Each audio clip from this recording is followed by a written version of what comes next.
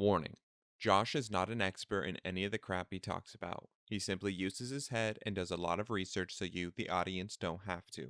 Keep in mind, he doesn't know everything, so take the he says with a grain of salt. What's going on, everyone, and welcome back to the podcast that'll change the world. I'm your host, Mr. Quarantino, or I should actually say, because by the time this video will be coming, or this episode will be coming out, I'll be officially rebranded as Josh Said What? So, hey, welcome to Josh Said What?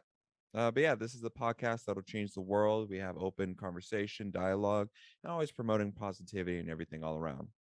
I also have here with me once again my good friend, Mr. Adam Beebe. If you want to bring yourself back on.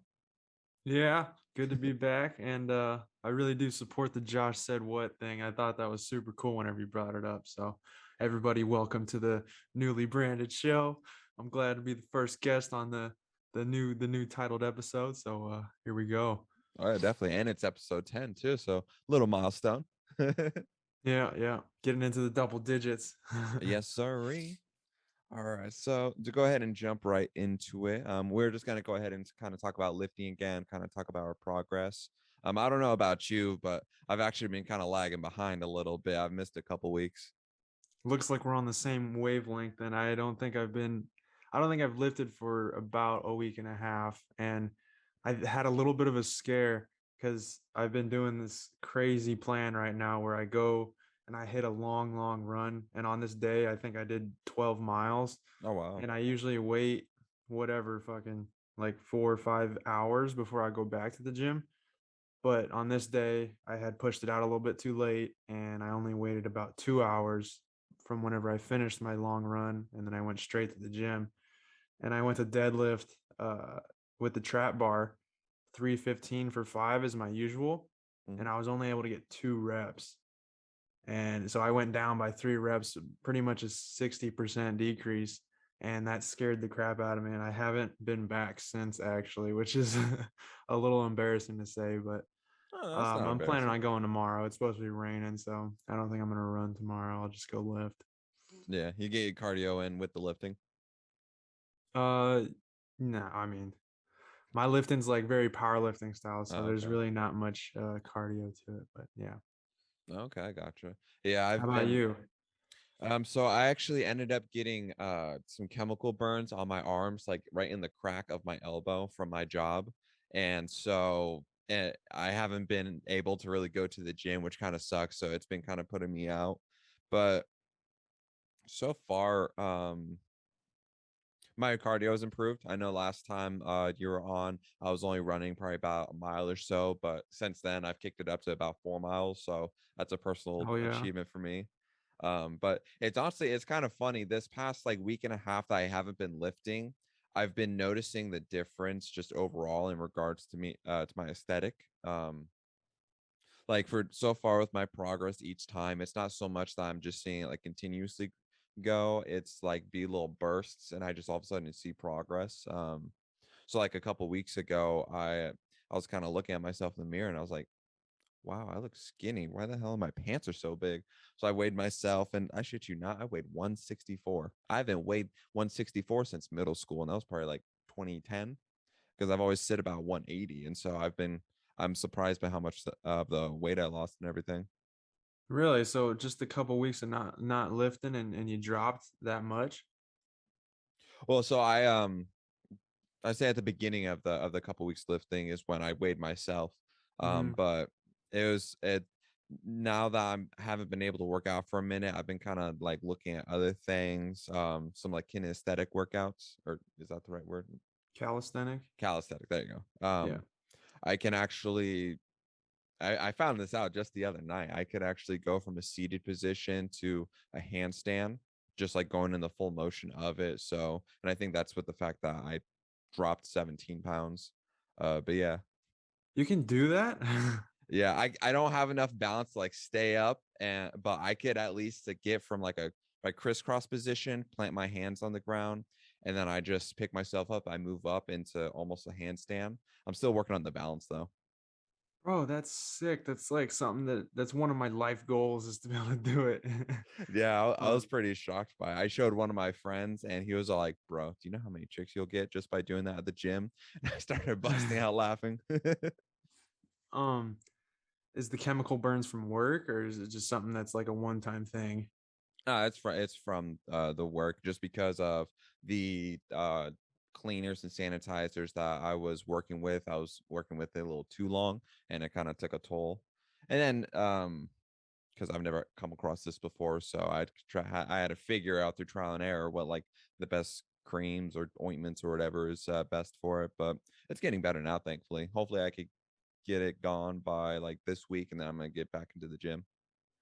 Yeah, yeah, that's pretty interesting, but it's pretty realistic too. Stuff like that comes up, and I mean, it's pretty much just like an injury, having to bow out for a little bit. Sometimes it hurts the ego, but Yeah. how you faring with it? I'm faring pretty well. Like the past week, I'd say it was like especially getting bad, and I was just like, damn, like I can't even bend my arms without it just like getting worse or just getting more irritated. But now that I've gotten some other stuff, I got hydrocortisone, and so that's been doing wonders since I got it the other day. Mm, Yeah, and it was kind yeah. of funny. My friend JJ, he was actually explaining like the whole injury thing, because he trains mixed martial arts, and he ended up getting a cut on his tricep, and she's like, crap, Mhm. I can't even go to the gym now. I think he's been out of the gym for like a week and a half as well. Mm.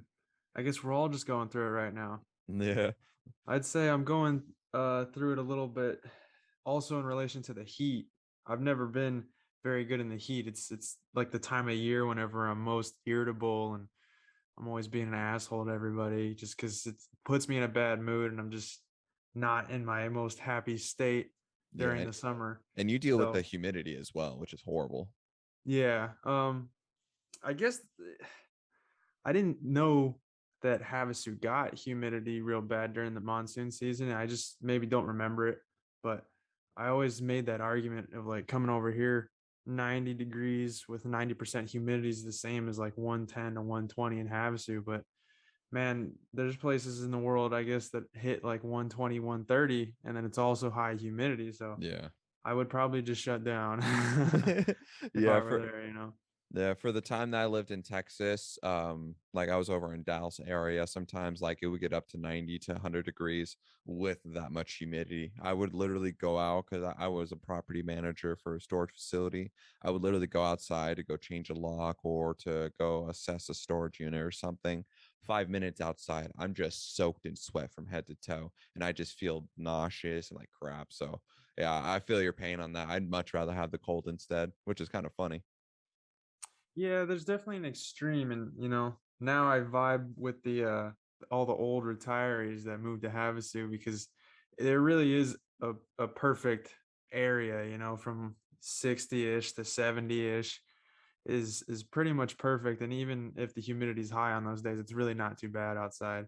But it Yeah. gets down pretty low here, down into the teens and sometimes the single digits. And I've ran through that before, and that's not any more fun than whenever it's blistering hot either. But you know, Wow. that's why I just look forward to the spring and fall because those runs are the feel the best, and they usually come out with PRs and everything. So Yeah. Yeah, and it typically so far what I've been doing with the running, I don't really like running on treadmill that much. I don't feel progress, and it feels like yeah. more stagnation. So I go outside and I run. It feels better, it feels more natural. And then because somebody I know who's a former uh track runner, he was explaining to me that running on a treadmill is actually harmful to you because you're having to run a certain way instead of naturally on the ground. And so I will run outside, and um I think the fact that when I run, because I'll run at night as well, so it'll be hot, a little humid.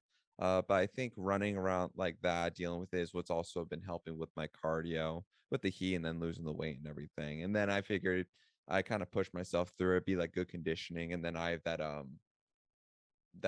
oxygen restricting mask, so I'll use that every so often. Damn, you use that thing?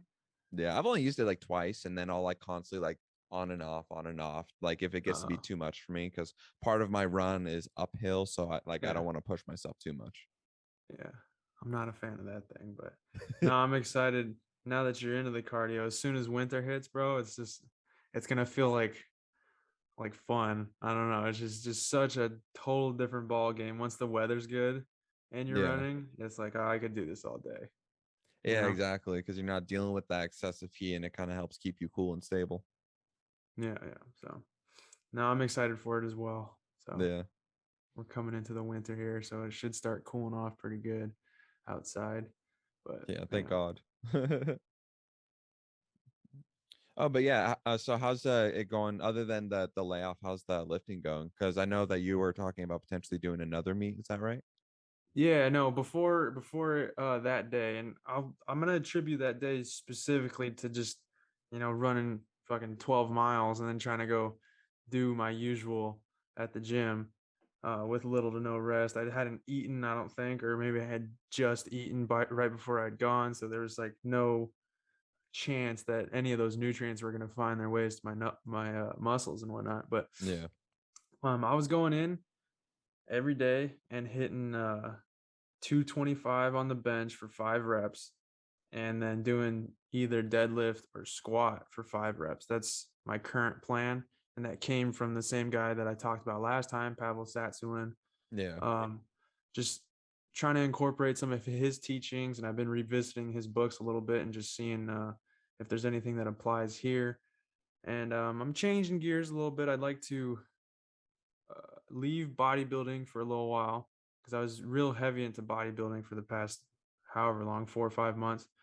Um, and I'm just focusing on strength right now because I think that getting heavier and putting on more muscle isn't necessarily going to hurt me, but I don't think it's going to help me with the running. And the running is more of my focus right now. It's more what I enjoy. And as I said, once we come out of the summer and the cool weather starts to come on, I think I'm really going to start to be able to do some pretty good times and get some pretty good improvements on the running. Um, so I'm just trying to front load for that. And then by going and doing the long runs, like I said, 12 miles that day, and then just going in for a short, easy lifting session where I'm maintaining my strength, I might still be able to drop into that weightlifting competition and put down some PRs, which would be awesome to me. It'd be so counter to what would be expected because there's that saying, if you want to move weight or weight moves weight. So if you want to push more weight, you got to put on more weight type of thing. Yeah. And to lose weight and then also set PRs would be awesome to me. But, I don't want to give myself too tall of an order and do Oh the yeah. impossible or anything. Yeah. And I So, mean, if anything, too, just because you made like struggle or fail once with it doesn't mean that, say, 6 months to a year or however long in the future doesn't mean you could try again and you could possibly succeed then. yeah, no. I try to tell myself that too sometimes is that I got to be patient and I got time and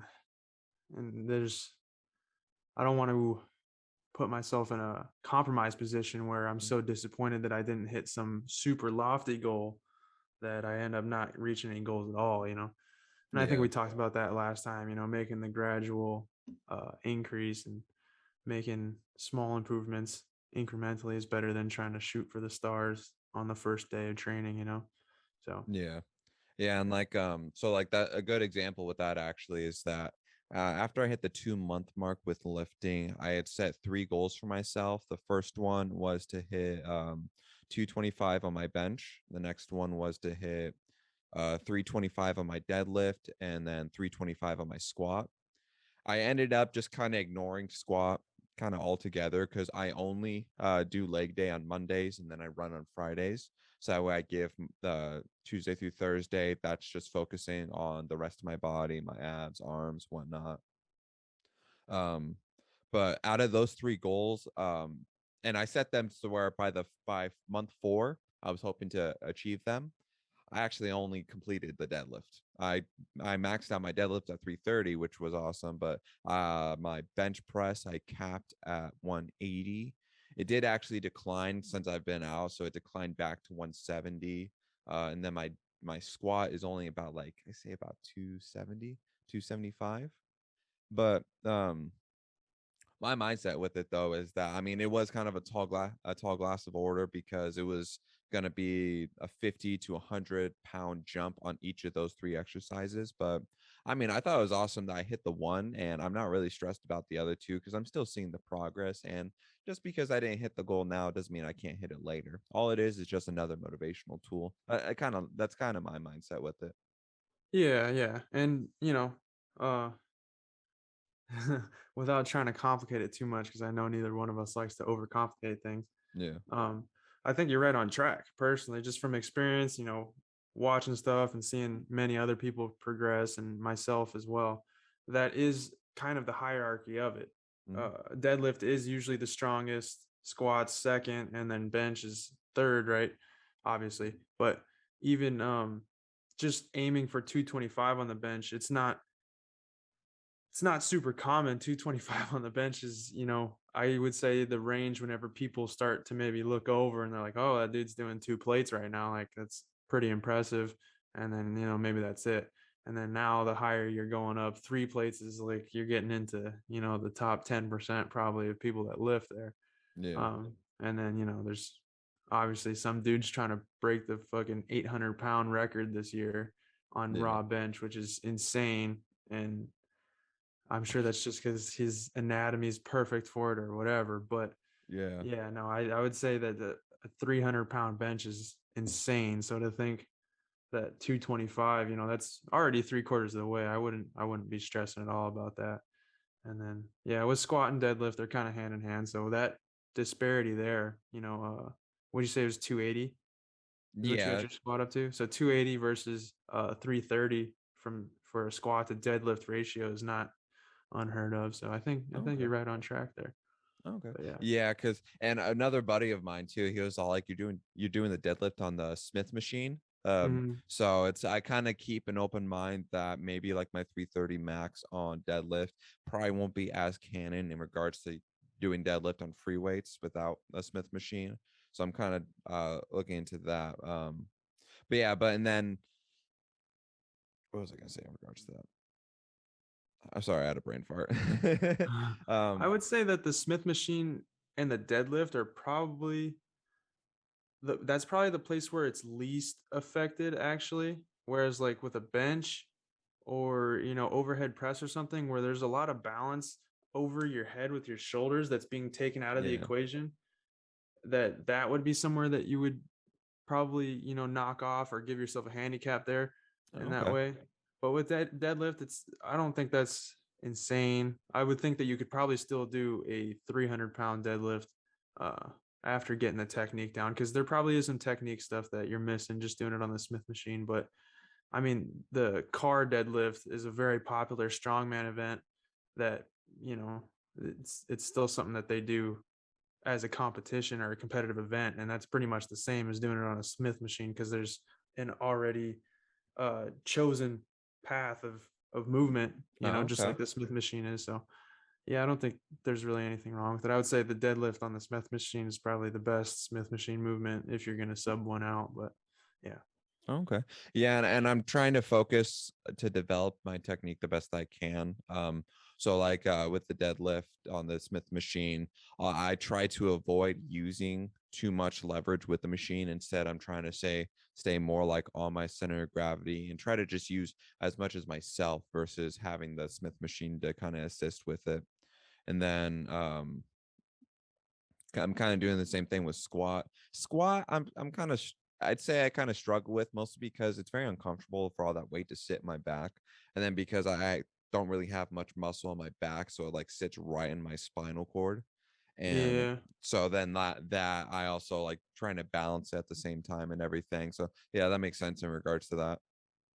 It's it's kind of funny that you're bringing this up because it's one of the things that I feel is pretty dogmatic within the fitness industry, and it's not a surprise that your friend gave you a little bit of shit for doing it on the Smith machine or whatever. But honestly, if you can get up to a fucking 600-pound squat or deadlift on the Smith machine, it's miles and miles ahead of someone who's maybe stopped at 300 or 400 on the regular bar.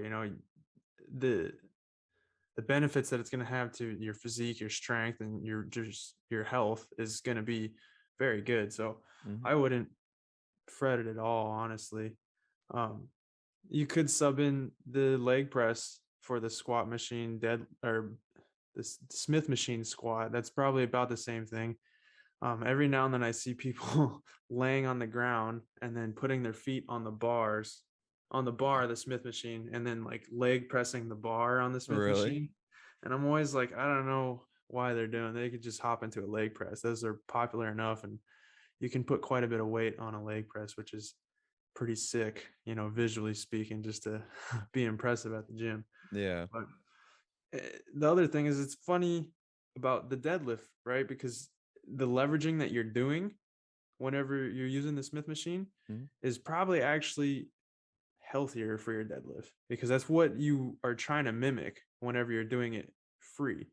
But you Yeah. can't because the bar is just going to fall backwards. But like that leaning back that you're doing and then like almost sitting into it, that is the motion of the deadlift, and it probably activates your posterior chain a little bit better than the actual deadlift does.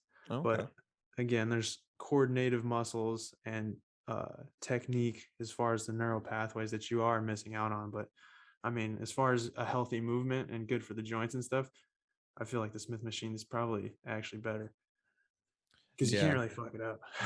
Yeah, exactly. And So, I do honestly see a lot of the progress because legs has always been my weakest thing. And especially because I have such an interest going to mixed martial arts, legs was the thing I wanted to develop the most. And mhm. so going through this whole process, doing the running, and then only doing the leg days on Mondays only.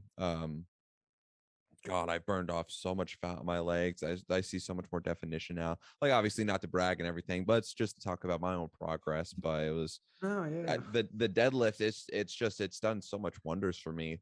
Like especially with my back too. My back has gotten a lot bigger, thankfully, because I've always had such a scrawny back, and it attributed to like typical back problems and back pains. But since been doing the deadlift and seeing the progress, it's just been like wow. Yeah. So one of the things with the deadlift that's inherent with it is that the more of your body that you hit with some type of metabolic load in a Mhm. workout, the more of a testosterone boost you get afterwards. So doing a full body workout should activate more testosterone, which should in turn obviously build more muscle, build more strength. So that might be what's going on there for you. Um, so like a deadlift, a clean and jerk, clean and press, a snatch, like all the Olympic lifts. Those Yeah. things are full body movements because you're using push, pull, and legs at some point during the movement, and they can make for a very good testosterone boost at the end of the workout. So that might be some of the benefits that you're finally feeling there. And then yeah, it sounds like your weight loss is going pretty good, so you should start seeing some pretty good definition there. A little Yeah. jealous, but yeah. And I don't know. I knew this episode. I was kind of just looking forward to hearing your progress because you dropped those fucking bombs on me last time, and I was freaking out. So And honestly, no, it's honestly you've been a especially big motivator for me because I think aesthetically speaking, for you, you look a lot better, and then the PRs that you put up as well. Like I still can't even do 245-pound plates on the bench press and everything. I'd say the only advantage my edge was is just the fact that I'm skinny fat and that I already have a high metabolism. So for I'd say my progress in compared to yours is I want to say minimal, but it's definitely not as substantial as yours because you leading by example, the fact that you could as long as you put your mind to it, you could really get something going. And I mean, look at you right now. You got freaking phenomenal shape. I appreciate it, bro. I appreciate it. Yeah, you're And welcome. if I remember correctly, you got pretty long arms, don't you? Yeah, I got very long arms. Yeah, like Although I you're got I got tiny hands though. oh, okay, that kind of hurts the deadlift then. But I think it's called ape index, but it's actually like it's some ratio about like how long your arms compared to your height or something. And Oh people with yeah. a larger or whatever it is, there's a specific ape index that you have, and it makes sense because if your arms are longer, you'll be technically standing more upright at the deadlift because everybody has to lift the bar from the same height because the plates are all IPF Hmm. standard and they have to be a certain height. So say it's I can't remember. Maybe it's 10 inches off the ground is where the bars sits at.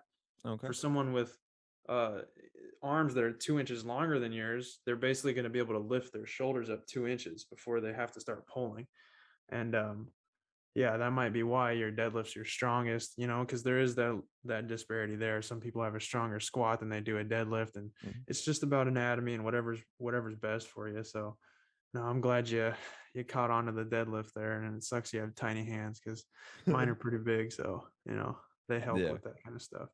Yeah, But and I use the wrist straps and the belt as well because usually I'd say about once I hit about 250, that's when like my hands just getting too sweaty and I can't really hold a good grip on the yeah, deadlift. So having the wrist straps is just it's done so much for me. I'm still trying to develop and improve my breathing techniques with using the deadlift belt because I know uh-huh, you're supposed to add the pressure in order to kind of compensate and help secure your lower spine. So uh-huh. that part I'd say is the only part I'm really still like working on with the deadlift. It's just like my breathing technique. Yeah, and like what kind of technique do you have going? Like what are your cues right now? So but right before I start doing the deadlift, like how you do like a breath in to kind of like expand out your gut, so that way it kind of fits the belt. I'll do that, and then once I do the lift, as I go up, then I'll start letting air out. So as I go down, I'll let the air out, and then I'll inhale going up, and I just keep going that until I finish. And I typically only do because as we said before, I do pyramid workout, so I just Mhm. keep on moving up in weight. So and you had said last time to try doing like reps of 5, so that's what I've been doing. So like last time on the deadlift, I warmed up at 90 pounds at 5 reps, then I went up to like 135, then 170, 225, and I just kept on going up in like 40 to 50 pound increments of 5 reps. And then once I got to 300 plus, then I got down to like about 3 reps, I'd say. Mhm. That sounds about right. Yeah. That's very impressive actually.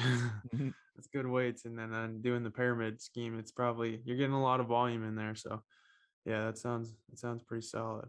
But Yeah. yeah. Yeah, I'd say out of all the different like workout routines and everything I've tried, because I used to work out so much when I was a kid, like primary pull-ups. Like my going into high school freshman year, I had some pretty big shoulders because I would be able to do like 20 plus pull-ups. But then I stopped for so long and I just couldn't find the right type of exercise or routine that works best for me. And then my older brother, he had told me about he was doing like a pyramid workout, and I was like, you know what? Maybe that sounds nice. And it kind of worked in canon with the fact that when I started lifting, it was a month and a half after my surgery because I had a laparoscopic appendectomy, which sucked ass.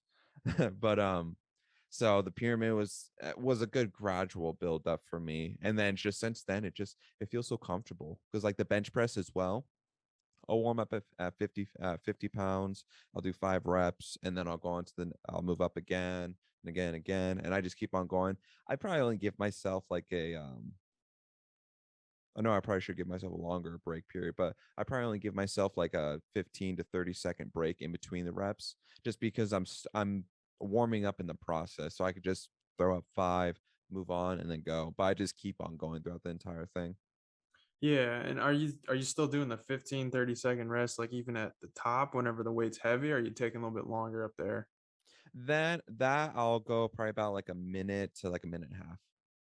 Okay. Yeah, no, I experience the same thing. Whenever I'm warming up at the easier low weights, I just, kind of run them out and just Yeah. let the body build up on its own. And then, as I always say, I just listen to what the body's saying. And, like you're saying, as soon as the weight starts to come up, I automatically know that I need more rest because it's taking a little bit more out of me. So I'll Yeah, let it especially recover a too little bit when you more. have more workouts in the way. Yeah. Yeah. So, no, that sounds good. Yeah. Oh yeah, and I've been seeing some of your content too with the I saw the video that you put up a PR of 225 again, and then you've been doing like your little weight set behind you. I've been seeing the little videos of you doing that, your squats and whatnot. Yeah. I need back on it, man. I was just talking to my buddies the other day, and I was telling them, my grandpa as well, but I was telling them that I'm going through like a little bit of an impasse right now where uh, we talked about this as well last time, but now it's like really hit me, and I'm just feeling unqualified. to be posting, and I think losing sight of it, honestly, because I know that I originally started just to share with the world and like put up videos of my stuff and like, keep a little accountability for myself. And now I keep getting stuck in this echo chamber of like why should you be telling people how to do things? Why should you be giving advice on YouTube? And I don't know. I'm afraid, I guess. Like I Yeah. got stuck in a little bit of vanity, assuming that I have position and stuff like that. And I think I gotta step back a little bit and kind of reconfigure where I'm at right now. Um, No. but yeah, I don't post enough lifting stuff anymore, and I'm doing some pretty crazy things, and like 225 for 5 on bench is pretty insane. I mean, Mhm. 4 or 5 months ago, I was doing 185 on 5 for bench, and that was like all I wanted to go. That was my tip top. And now with a 40-pound increase, I mean, I think my old max used to be 245. So I'm just currently able to do some pretty great things, but this weird mental state that I'm in right now just keeps diffusing all of it, and it makes me feel like I shouldn't be posting. And I don't know. Yeah, I definitely know what you feel in regards to that, because it's almost um I don't know, it's like almost like a self-degrading nature where it's like just you, as you say, don't feel qualified, but it's like you feel like, I don't know, for me I'd say like a little sense of inadequacy, like I could just be a dunce posting this stuff, and kind of the criticism is what's always been kind of kept me at bay. But I mean, I would say clearly you're on the right track. You have something great going. I wouldn't worry about so much like with vanity stuff like that. I mean, I always have to balance out my own ego, pride, and vanity and everything. But I mean, looking at your results and the stuff that you posted, going from, because you're originally about 250, was that right? Like going around high school years and going into that, right? Yeah, a long time ago. My most recent high was like 236. So I would say that my real weight loss recently has been like 30 to 40 pounds, Yeah. but And the kind of fact close. that yeah, and the fact that you have that weight loss, and I mean, looking at your physique right now, it's you are on the right track. You have something that you're doing right, and of course, like not every workout or like diet plan stuff like that is gonna work for everybody, but it doesn't mean that it won't work for some people. So, like what we were talking about before, if the content is able to reach out, even just to that one person, that'll get them to finally get in the motion of working out, building themselves up, improving their mental health, then that's really where it counts. But yeah, I mean, I would say for sure your transformation, the motivation that's given me, no, it's you're great with it. You're fantastic. You have something great going for yourself. Appreciate it, man. Josh said, "What?" Fuck, man. You're over here like helping me out. Well, I mean, I got a lot of support, but it's Yeah. those quiet hours alone that are the most deadly, you know. So I Yeah. appreciate it. Yeah, you're welcome. Yeah, and those quiet hours, yeah, they're definitely brutal because I come across that a lot, especially after recording. And like, for example, the episode that I recorded with David Lane, um, that one we talked about like political stuff. We talked about like masks, the vaccine, or I don't, we didn't really talk about the vaccines, but we talked about like masks, individual liberty, and going through that process at the same time. I have the self-incriminating doubts, like, oh god, what if people don't like it, what if I get criticism, stuff like that. And it just plays over and over and over and over in my head again, especially during those quiet times. And so I just kind of push through it. And I would say interesting thing that I put my mindset towards is and it's from the book that I actually read, The Mystic Path to Cosmic Power by Vernon Howard.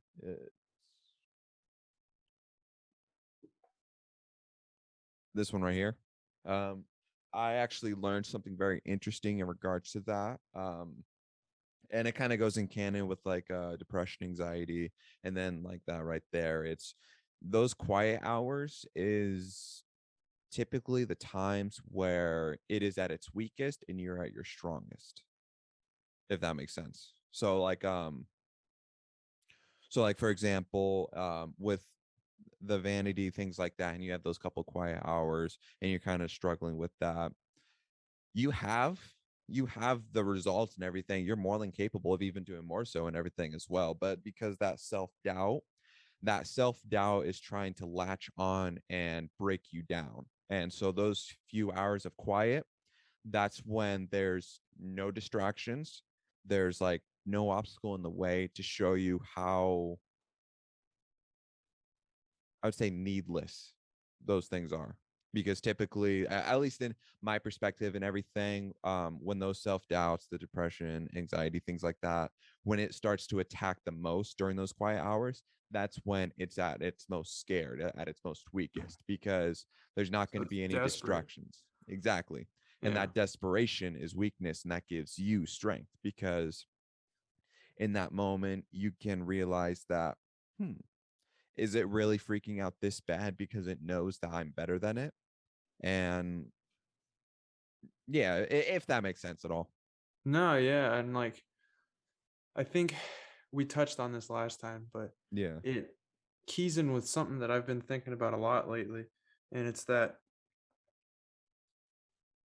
stories and things that we see in media a lot are so easily related to because they're basically just a a metaphor of something that's going on for each of us, right? Like, you know, you Mhm. watch a movie about war or battle and stuff, and you think, well, I'm fighting my own battles. And I feel like that's more and more, I guess, realistic to me as I go on because it really does feel like that sometimes. And it's Mhm. like every day is just another day that you're fighting an enemy. And in my case, my enemies, whatever, anxiety, depression, and things. And I have only so many resources or so many men and so many forces that I can send that way to like fight that enemy. And you know, sometimes it catches you off guard. It's got you ambushed, and sometimes Yeah. it comes out from the left when you're thinking it's going to come in from the right. And it really can be like battle, or at the very least, some type of strategic plays throughout the day. So I feel like that book's probably keying in on a lot of that, and I should probably read it. Actually, it sounds like a good one. Yeah, it's honestly a really good book, and it gave me a very unique perspective on a lot of that stuff. And like I've explained this perspective, like what it taught me, to a couple other people, and they didn't really like so much. So moving forward right now about what I'm about to say, I obviously will throw caution saying that I'm not generalizing this over like depression, anxiety. I This is acute to me and like my beliefs on based off what I've learned and everything, how I applied it to me. But that book, The Mystic Path to Cosmic Power, it basically is mysticism and is explaining that any negative connotation, any negative feeling or stuff like that, so anger, depression, anxiety, fear, those are not actually your true self. That is a part of your false self that exists within you. And what happens is that your true self is pure in every form and it actually has no need for any of these negative connotations or anything of that nature. But you have this false self that exists within you that acts and disguises itself as your true self. So, for example, if I say I'm feeling depressed, that's not actually me. That's my false self saying that. And because my true self has no need for it. And so it kind of says, like Vernon Howard, he's kind of says in the book, it's you just have to rationalize it and understand that it's not real. I'm not saying that depression isn't real, but I'm saying that like have that mentality, like you're the world conqueror of your own imagination, and that it doesn't matter what is going to come in your way, you will overcome it. And like going through like fears and depression, I'll like for myself, I'll say it's feeling depressed, it's feeling scared. And then I'll move on saying that I do not feel that. I will prevail. I will become better and I will not allow it to overcome me. And so that's when, in those most quietest times, those few hours when it's the depression, the anxiety, it's just screaming, trying to latch onto you. That's your false self trying to continue to convince you that it's real. Because when there's no distractions or anything, no smoke and mirrors, all there is just what it is. And so you lay it out and you kind of take a step back and look. It's like, hmm, this is part of my false self. I have no true need for this. And so I am better than it, and it won't prevail. And by referring to your false self as it, that's how you shift the control. So instead of the depression, anxiety, and whatnot, still maintaining the control by not even acknowledging it as yourself, you're now shifting that control to you and your true self. And so those quiet hours is typically when your false self is at its most desperate, still trying to convince you that it's real. And then another thing that Vernon Howard said, it's like typically the first answer you find isn't the real one. And it's by going through that quiet time and rationalizing it and being able to confront and acknowledge that it's not really who you are, that's how you can kind of overcome stuff like that. Just based off the book that I read. And again, that only applies to me. So I don't generalize that over depression, anxiety, and everything. But yeah, Yeah. Well, like it's it's not surprising to me that, some other people that you have described it to disliked it. I think that's one of the more unfortunate things about today, and it's it's such a double-edged sword because to bring awareness to these things is almost giving power to it, and yeah, creating an entire organization to respond to depression and anxiety and mental health disorders. It seems like a good thing, but then it also gives it weight. And exactly. for me, for a long time, it was like I just ignored it. Like I didn't know I had depression. I didn't know I had this anxiety. So it was there and it was affecting me, but I didn't like give it a a presence or like a title, where it's like Right. it's almost like identifying an enemy, and now the only reason that that exists is because you identified it, whereas before it was just in the background doing what it does. So it is like it's a double-edged sword because you want to identify that because it is there, but Mhm. you also don't want to identify it as this overpowering force that you can't control, and that's kind of, I think, the aim of that book is what it sounds like, to step back and re-identify it as just another thing. We deal with so Yeah. many things on the day to day. It's just another thing that you can deal with that has its own wishes and aspirations, and you have to battle it yourself. Yeah. Yeah, I liked Basically a what. mindset. Yeah. Yeah. So, and that's, I don't know. It's just, I think life is such a open canvas that you can really go about it however you want. And this is just another parallel of all the things that we've talked about and that I talk about. But like, you just because you work out a certain way with a certain range of motion with a certain weight, it doesn't mean that that's going to work perfectly for someone else as it does for you, right? Right. And one mindset, one way of dealing with anxiety or depression for someone isn't going to be perfect for everyone. So if this mysticism is a key to the galaxy, or however that title was, um, if mysticism is one person's answer, it doesn't mean that it's everybody's answer, but it might Right. work for some other people.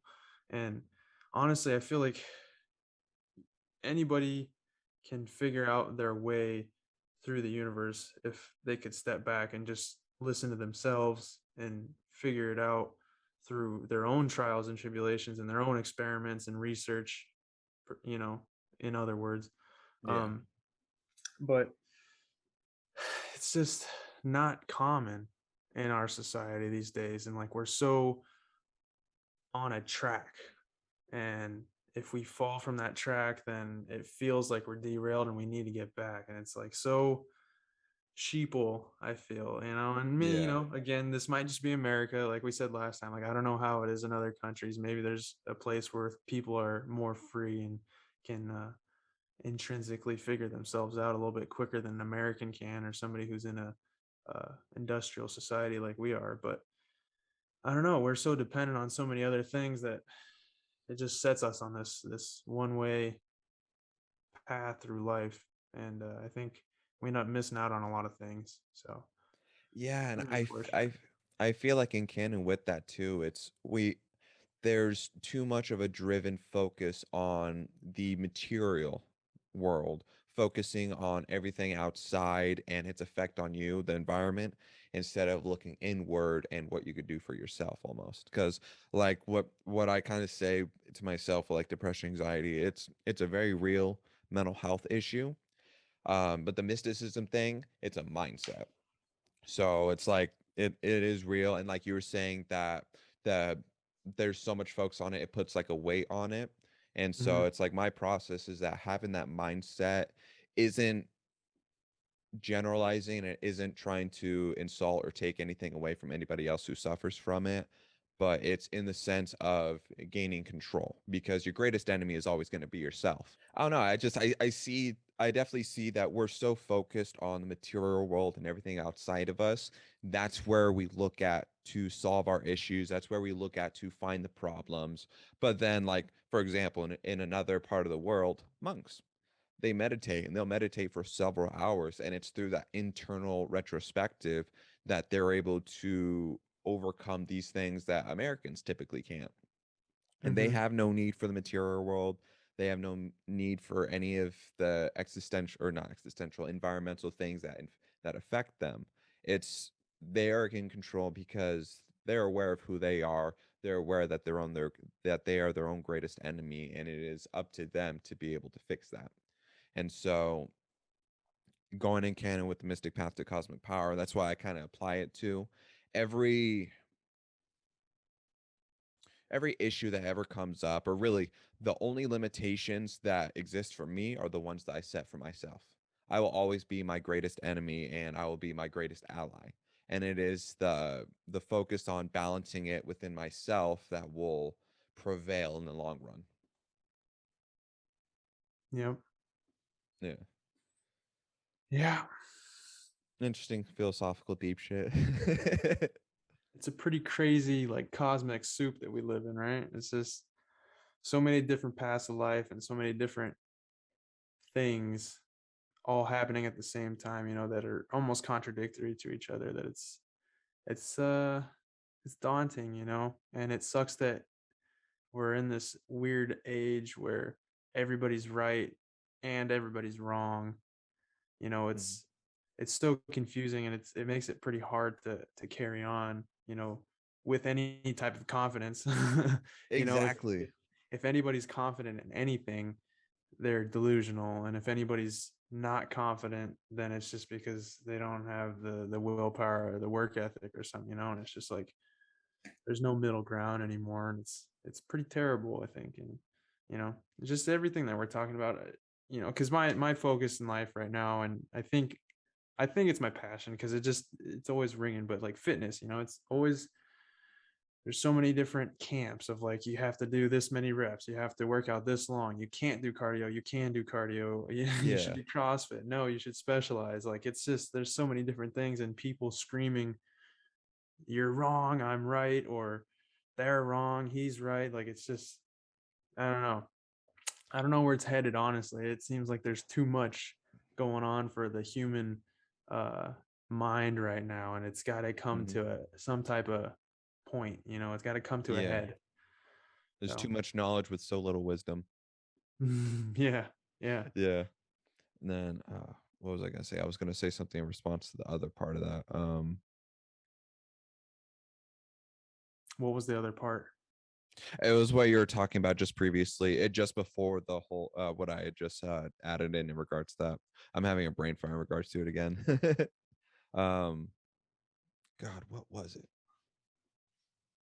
I was just saying about the camps and Oh yeah. Okay, so sorry, I didn't mean to cut you off like that. no Um problem.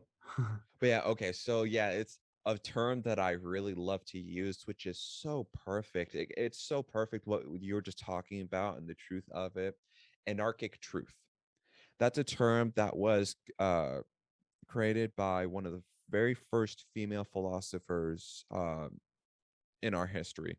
I don't remember her name, but she lived and existed the same time during Plato, Socrates, Aristotle. But because she was a woman, she was overlooked in history, which was kind of a shame. But Mhm. She actually presented a counter argument against Plato, because Plato and the rest of them were saying that there are only one set of universal truths. But she said an anarchic truth is basically that there are an infinite number of truths that can exist at the same time. So like with fitness, for example, how yes, it's true that one camp can work for another person, but it's also true that this camp can work for another person. And that honestly, it could apply to almost every single type of real world issue, whether it's like immigration, healthcare, government reform. It really just kind of applies to everything. And it's like the way that I say it for myself is I'm an amalgamation of hypocritical truths, because there are so many conflicting truths that do not go well together, but it doesn't mean that those truths don't exist. And Mhm. so it's trying to find the balance of which is going to be the better choice. And using common sense and logic and rationalism is how I use to be able to disseminate which is the most ideal truth and things like that. Yeah, no, and, I don't know, that's pretty sick that you brought that up because 'cause I've been, like, wondering if I myself am an anarchist or not, but yeah, no, I totally agree with that, and it's just I don't know, it's hard to refute, I think, and,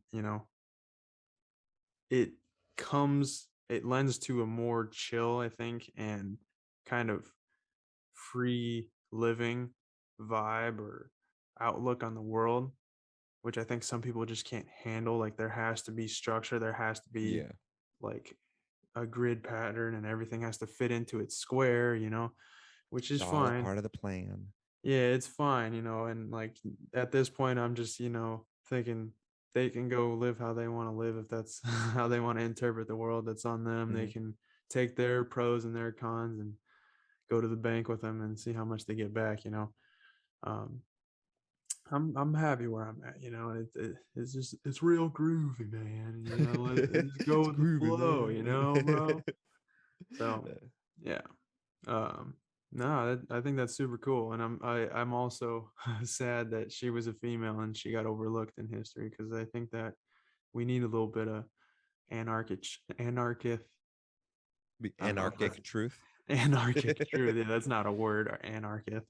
Yeah, some anarchic truth is I think what we need right now because we're not seeing anybody else's point of view anymore and all that stuff.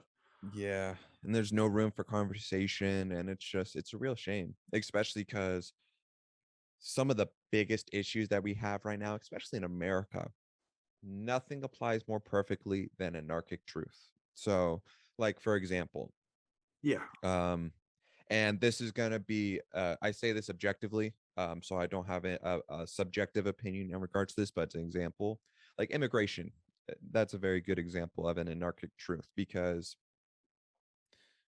obviously we don't want to just let everybody in, because like the Pareto principle, it implies that like 20% of criminals commits 80% of crimes and stuff like that. And so there's always going to be a very small percentage of people that are coming through the borders, immigrant that are immigrating, that are genuinely bad people, and it ruins it for the rest of everybody. But also, it's true at the same time that we need to fix our immigration system, because there's some people that it takes upwards of 10 years just to get approved and just to become a citizen. And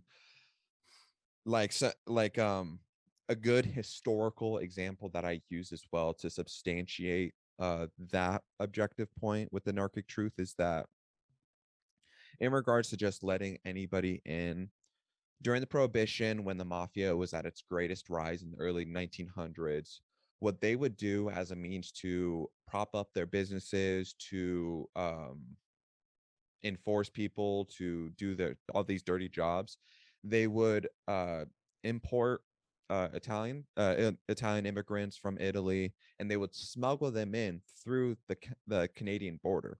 And the actual term for these immigrants, illegal immigrants, were zips.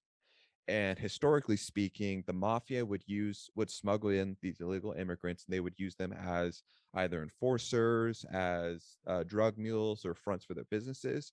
And these people were pretty ruthless. Like the mafia, Al Capone, whoever else, they would tell the Zips, the immigrants that they would have imported in, they would tell them, "Go kill this guy, go rob this person." They would quietly do that. They would murder, torture, rape, all that stuff. And I'm not implying that over everything as well, but that's an example of an anarchic truth to where yes, we got to be able to let people in and we need to fix our system to allow people to come in, but we can't just sit back and say that there's no bad people, period, if that makes No, yeah. sense.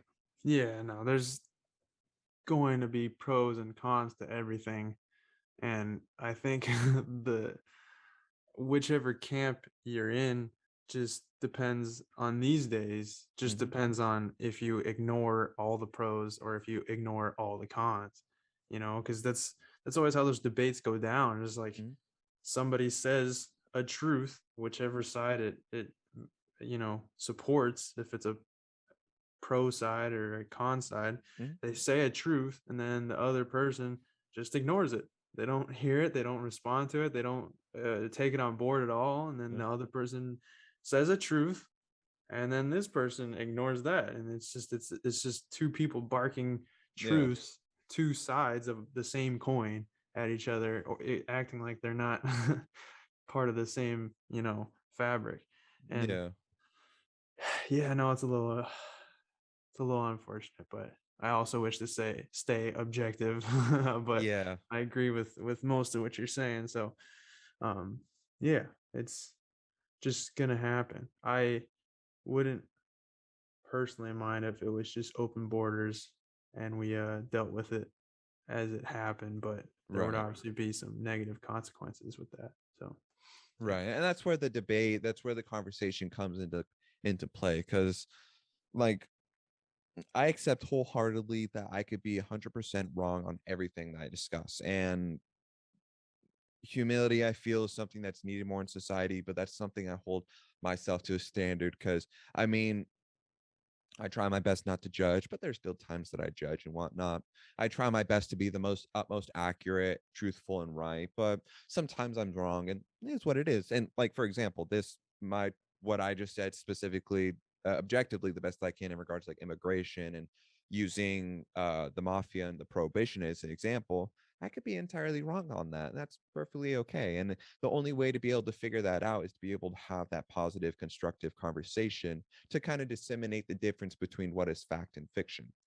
And the lacking of humility is what's especially leading to that, where it's just two people bickering nonstop and then they're just ignoring each side. And yeah, it's really unfortunate the fact that it's continuing more in today's standard, especially because we have so much access to information that we could easily, very, very easily pull up. Well, actually, this actually happened, or like, actually, this evidence suggests that historically speaking, the data is off by like 0.3%, like stuff like that. There's always going to be something like that. And, it is what it is. There's nothing wrong with it, but it's just to be able to disseminate that information, to be able to have a healthier resolution to it, like in regards to like the open borders and immigration, it's we got to have the conversation in order for that to work. And then obviously in layman terms, we got to look at the reality of the situation and stuff like that.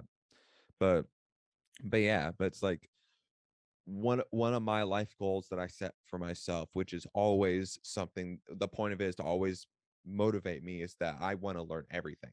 Plain and simple. I quite literally want to learn everything, but I understand at the same time that's physically impossible. And I understand at the same time I could be completely wrong on everything.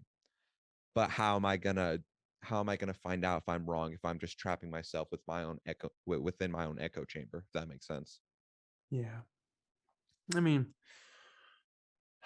what is wrong and right, And I don't know. I've been having this conversation a lot just within the past couple,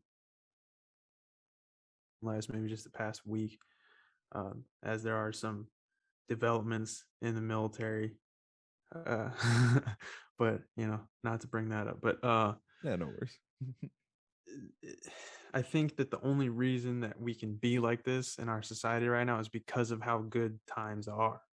Like, and we brought it back. We brought it up last time, I believe, but just it's such a good time right now that the highest point of contention is small things like this, things that aren't necessarily make or break, things that aren't necessarily do or die. They're just little preferences like what would you like? What would you like? Oh, you guys disagree. I don't know. Like, can we meet in the middle? Like, it's things like that. It's not the fate of the country. It's not the fate of the world. It's not the fate of it's people. Like, it's just these little things that are easily disagreed upon. And I don't know. I think we're in the transition right now with that saying of good times make Mhm. weak men make hard times, and hard times make good men. I think we're about to go into hard times pretty soon within the next decade. Yeah. And I'm pretty interested to see where it goes. And I'd like to try to stay as good of a man as I can Yeah. so the hard times don't have to do it to me, you know? Yeah, exactly. And it's like my mentality is that, I could be trying to find the right word for it. If at the end of the day, um like this is going to be like an existential thought, but if at the end of my life and on my day of judgment I end up like going to hell or whatever, whether it's because the actions in real life or just the sin within my own heart or the vices that I carry, I'm okay with my fate so long as I spend my life and my livelihood trying to be a good man.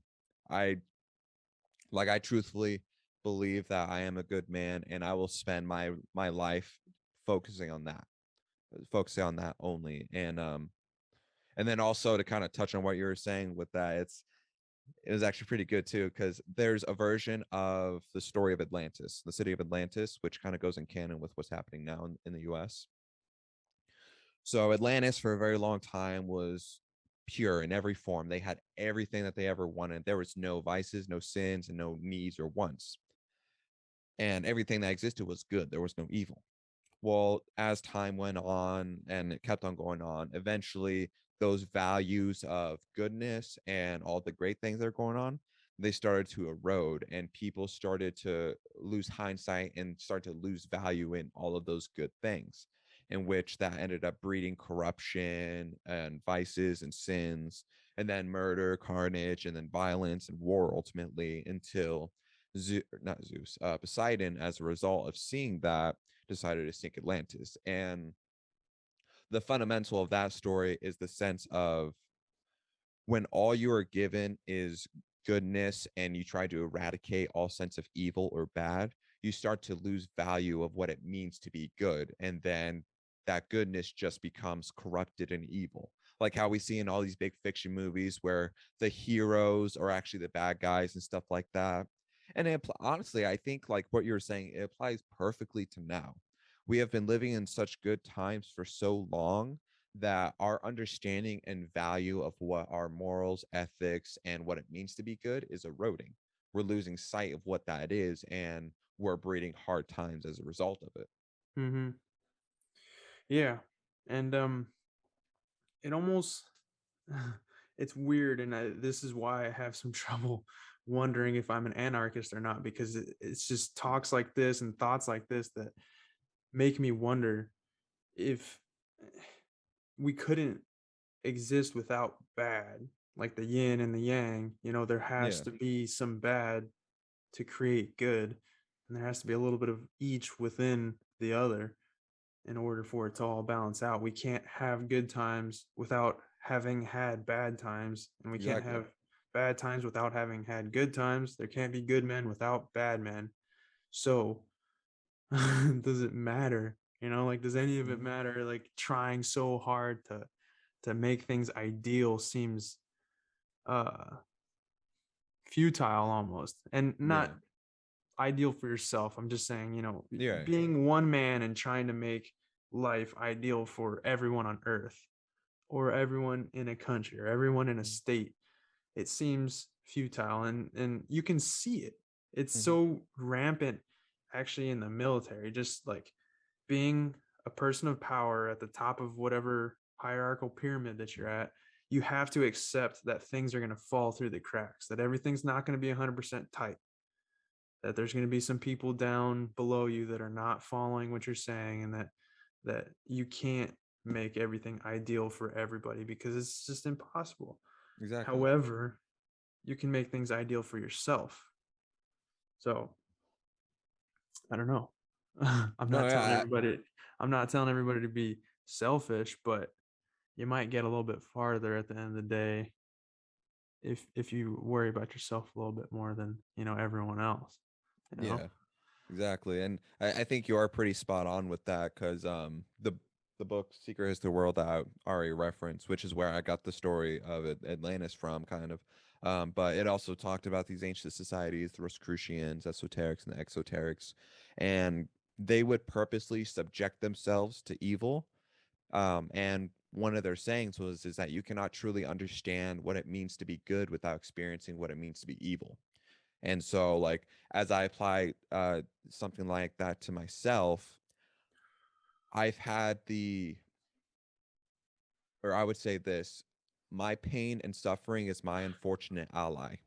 It sucks that I must suffer and continue to suffer, but it is through that pain and suffering that I know and seek to be a better man because I've had the opportunity to learn the type of person I don't want to be. I've had the opportunity to learn the life that I don't want. And it is through that suffering, through that pain, and through those evils in life that I only want to seek to be good. Like just to go ahead and lay it out here, I believe, or say about 10 years ago, if you were to ask me what I thought of mankind, I would say that I despised it and I would see nothing but to just let man fall. 10 years now, I absolutely 100% believe that we are truly capable of achieving infinity in the sense that we can't achieve it, but it's almost like our purpose in life is to chase that which is infinite. I believe that yes, mankind is flawed, but by God, we are fucking beautiful. The things that we could create, the things that we could do, and the fact that we have all these lessons in life to understand why we want to move in this direction.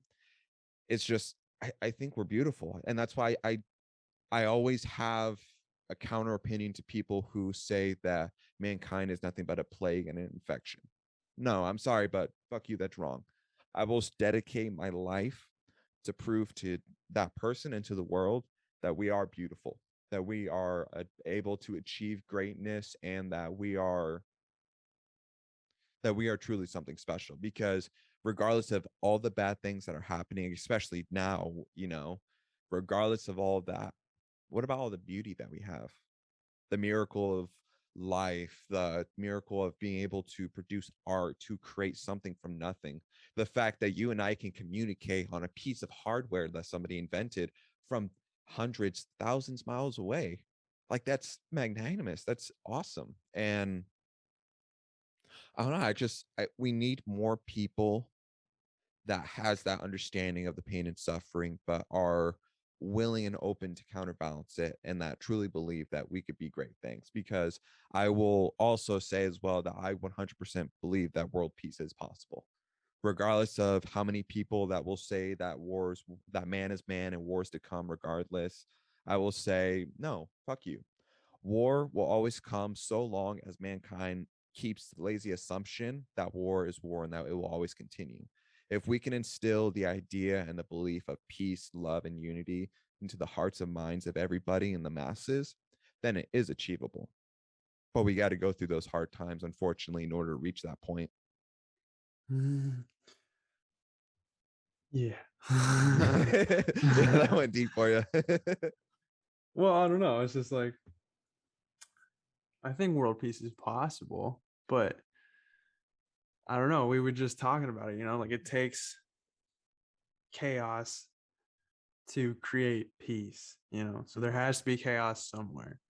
World Yeah, peace is probably going to come whenever another race of aliens comes down and attacks us all. Then we'll have human peace yeah, on Earth. This world will have peace among each other, but it's because we all have a common enemy. There's peace, there isn't peace somewhere else, and it's between us and whoever, Mars. If there's an alien race on Mars, then it's like, yeah, we have world peace here on Earth, but we're fighting a war on Mars. Mhm. So I agree and I disagree. It just comes with the yin and the yang. But Yeah, exactly. And to everything I'm else that you said, you know, um, we're fucking beautiful as shit. Like humans Mhm, are fucking amazing. The amount of shit that we've been able to do is better than any other being on Earth. And not to downplay them, because just like you're saying, like humans are a plague, like if we're gonna mhm, call ourselves a plague, well, like it just matters on perspective. There's probably some dude out there that studies viruses and things that are considered plagues, and he thinks they're fucking beautiful. It's his life mhm, work. He's researching and studying a sickness that could kill off an entire race of whatever it is, um, to him it's beautiful. To some people bugs are beautiful. Someone mhm. who studies that type of stuff, someone who studies music thinks music is beautiful, but to someone else they might not like music at all. So Exactly. um yeah, and it's amazing. There's so many different things that humans have been able to achieve despite all the chaos, or maybe because of the chaos. Yeah. Like maybe that's what fueled someone to go do this, is because they witnessed some stark tragedy and it made them go the exact opposite way. Whereas, there's the stories of fucking silver spoon kids that were given everything and live a perfect childhood that go crazy and they become Mhm. serial killers. It's not impossible. It's all chance. Yeah. Like it all just happens, and there's an anarchy to it, and a weird cosmic balance, I think, that we can't see or perceive. Yeah, it's like a necessary evil. Yeah. Yeah, because the I know I keep on referring back to it, but the secret history of the world, what it talked about as well, like these ancient societies, the way they believe like you go through the afterlife is that you're actually guided by Lucifer, which in ancient Christianity, Lucifer and Satan are two separate entities, but Lucifer was deemed as a necessary evil to guide you through the rings of the heavens, to have the sin and vices stripped from your soul, and then for you to enter paradise. And that the necessary evil I feel goes in canon with like what you're saying, that there's always some, to some extent, chaos that exists. And yeah, I think that right now there's like in the overall balance of things, when greatness and goodness is at its top, there'll always be some form of evil and wickedness, but it's that value that makes us want to keep pushing to be better. And like right now, I'd say in today's terms, we're starting to see a shift in it, to where you're starting to see more vices, more evils, more sins, or anything of that nature is starting to gain the rise, and goodness is starting to become devalued. Or it's like the understanding of it is starting to become blurred almost. Um, No, yeah, but it's yeah, like I think there's very little good present in America, at the least. yeah, It's just, I don't know, it's hard to even have a genuine good conversation with anybody lately. It's really, it weird. really I is. find myself, because I stand security, so I'm at a gate or whatever for however many hours, and it's just me and a few other people. And if I'm on my phone for a second and somebody says something to me, I'm always like, okay, let me put my phone down so I can listen to what they're saying. And it's almost like it makes people uncomfortable. Like I'll put it down and then I'll look at them and I'll say like, yeah, yeah, and then I'll give my thought. And as I'm giving my thought, they pick up their phone. Yeah. And it's almost like they're scared to invest in a conversation and like give themselves up. And it's like, where where is the humanity anymore? Like Hmm. we just don't. I don't know if people just don't trust others with their feet. It's just, I think you're frozen. Uh, No, you're there. okay, cool. But yeah, just, I don't know. It's hard to do that.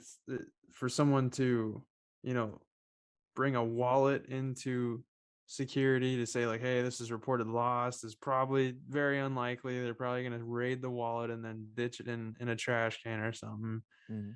Lost phones, et cetera, et cetera. There's just, I think it's very far and few between now that good deeds happen and that people motivate themselves in trying to be a good person.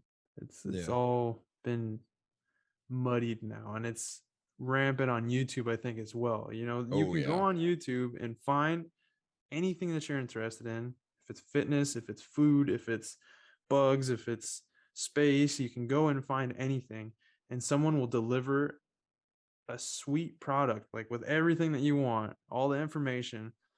But I think majority of the time they're not doing it because they want to deliver you a good product, but because they want your view. They want the money. They want the subscription, you They know? want to influence you in some way. Yeah, and it's a little rough, man, Hmm. because I've Yeah. been a supporter of capitalism pretty much my whole life, but that's one of the drawbacks I feel is that we're now in a place like this, you know? And yeah. Yeah. And that's why I feel like it just, like you said, uh what was it? The soft during good times, soft men breed hard times. During hard times, breed hard men. I'm sorry, I butchered that hardcore, but it's very spot on because we're heading in the direction right now of hard times, and so we're gonna start seeing great men rise. And it's what was it? What was I gonna say? And I don't even think that great men don't exist, Mhm. but I think excuse me, I didn't mean to burp on your No, podcast. you're fine. I don't think it's that great men don't exist, but I think right now, just with the given uh, environment and just societal climate, that Mhm. they're almost ostracized and put down and deflated and devalued. It's typically Um, the intellectuals that are targeted first. yeah, and it's just like right now, it just doesn't seem right. And I Mhm. don't blame society for being the way it is. It's just because there were good men and they made good times, and now that we're in good times, we're gonna get weak, and that's just what happens. So, And then it's almost like an amalgamation of like all of our history that's kind of just catching up into one single event. yeah, yeah, history repeats itself, and Mm. it's stark to me. We talked about it last time again, but just how often old people are right, and Yeah. they're right because things just repeat. Like Hmm. people have been doing the same thing every day for years. It's just a different setting. Just Hmm. change the clothes, change the type of transportation that they used to get from point A to B, Hmm. whatever the most popular job was at the time.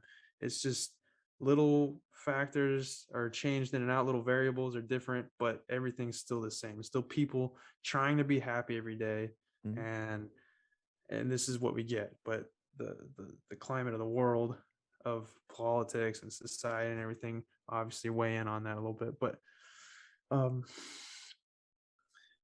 yeah, Yeah. lost myself a little bit there, but No worries, you're fine. yeah. So it's interesting to see, and I think that